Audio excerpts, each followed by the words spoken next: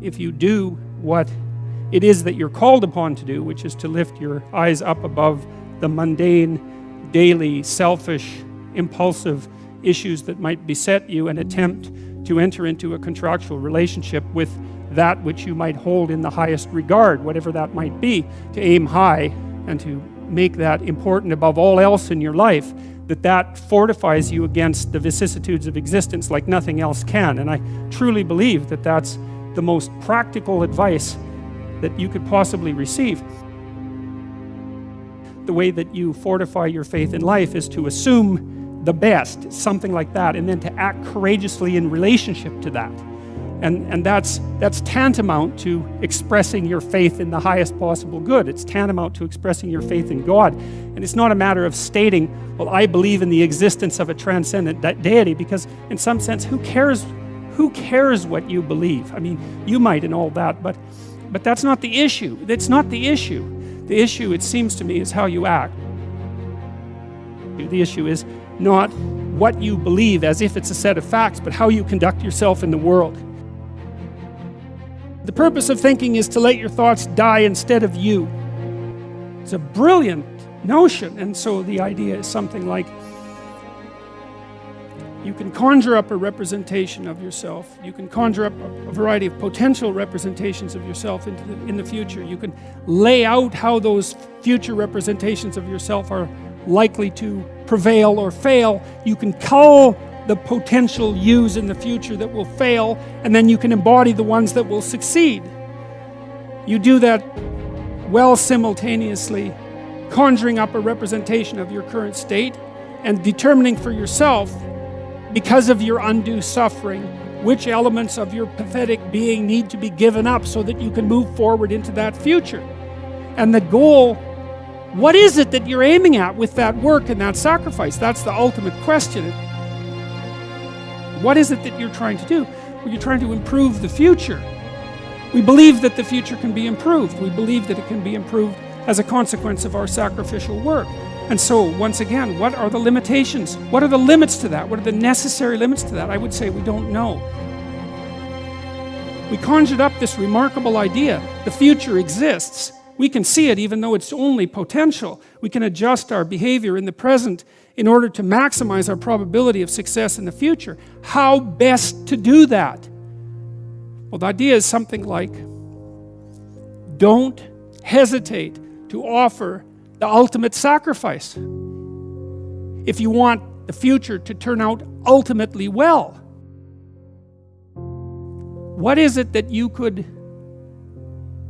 contract for, let's say, if you were willing to give up everything about you that's weak and unworthy?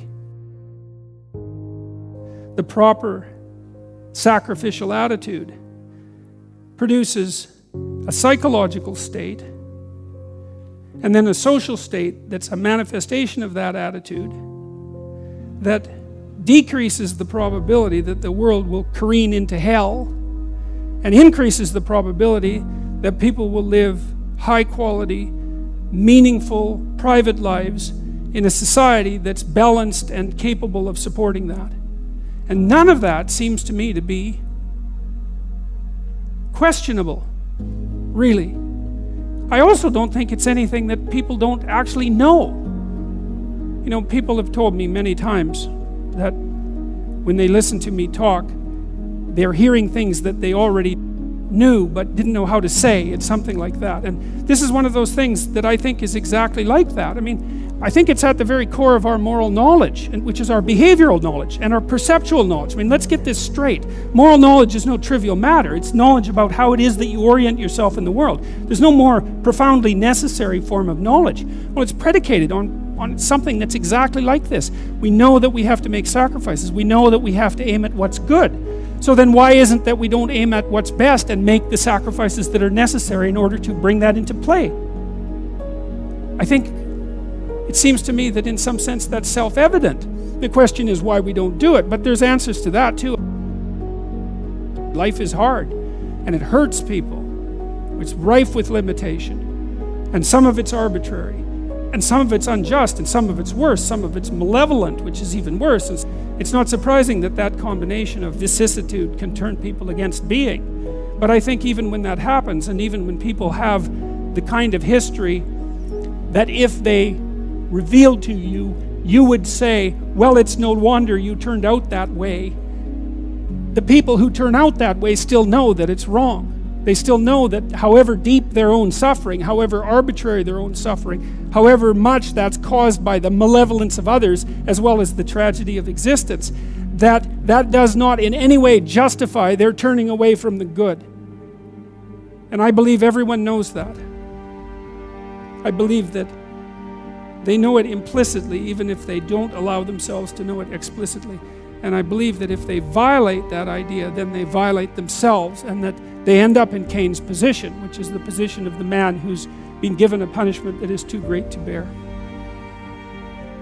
Now we're capable of making sacrifices in abstraction, right? To conceptualize a future that we want, to let go of the things that are stopping us from moving forward, and to free ourselves from the chains of our original preconceptions. Pursue pleasure.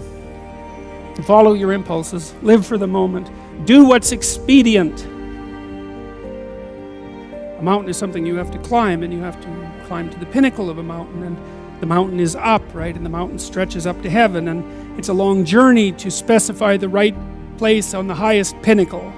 And that's symbolic, because of course it's a pinnacle that you're always trying to reach, just like you're always trying to aim. You're always trying to climb upward. At least that's the theory. It depends to some degree, of course, on your definition of upward. You're supposed to, again, to act out the highest good of which you're capable. Now that'll transform your life to some degree into an archetypal adventure. There's no way around that, because as you attempt to climb a higher mountain, let's say, or to aim at a higher target or something like that, then the things around you will become increasingly dramatic and of import. That happens by necessity, obviously, because if you're aiming at something difficult and profound and you're really working at it, then your life is going to become perhaps increasingly difficult and profound. But that might be okay. That might be exactly what you need as an antidote to the implicit limitations that face you as a human being. The good father is precisely someone who is willing to sacrifice his child to the ultimate good. You have a moral obligation as a parent to encourage your child to go out into the world, right? And to be whoever they can be, to be the best they can possibly be. And in doing that, you're encouraging them to pursue the good. You're sacrificing them to the good. You're not keeping them for yourself selfishly. You're telling them that they can go out and live their life and live it properly. You don't want for your son what it is that you want for him. You want for your son what would be best for him and for the world. And you let go in precise proportion to your desire to have that happen. When you have an infant, you do everything for the infant, because the infant can do nothing for him or herself. But as the infant matures and is increasingly capable of doing things for him or herself, then you pull back, right? You pull back, and every time the child develops the ability to do something, you allow them or encourage them to do it, and you don't interfere. So if your child is struggling getting dressed, well, obviously there's some times that you help them, but mostly you let them learn so that they can know how to do it in the future. That's better for you, and it's certainly better for them. There's a rule if you're working with the elderly in an old age home, and the rule is something like, don't do anything for any of the guests, let's say, that they can do for themselves, because you compromise their independence. And so as a mother, you pull back and you pull back, and you let your child hit him or herself against the world, and you fail to protect them. But by failing to protect them, you encourage and ennoble them to the point where you're no longer necessary. Now, they may still want to see you, and it would be wonderful if that was the case, but the point is that you're supposed to remove yourself from the equation by encouraging your child to be the best possible person that person can be. And you sacrifice your desires all of your desires to that, your personal desires, even your desires for your child in relationship to you. Because you want them to move forward into the world as a light, right? As a light on a hill. That's what you want, if you have any sense. And so you don't get to keep your children at home because you need them.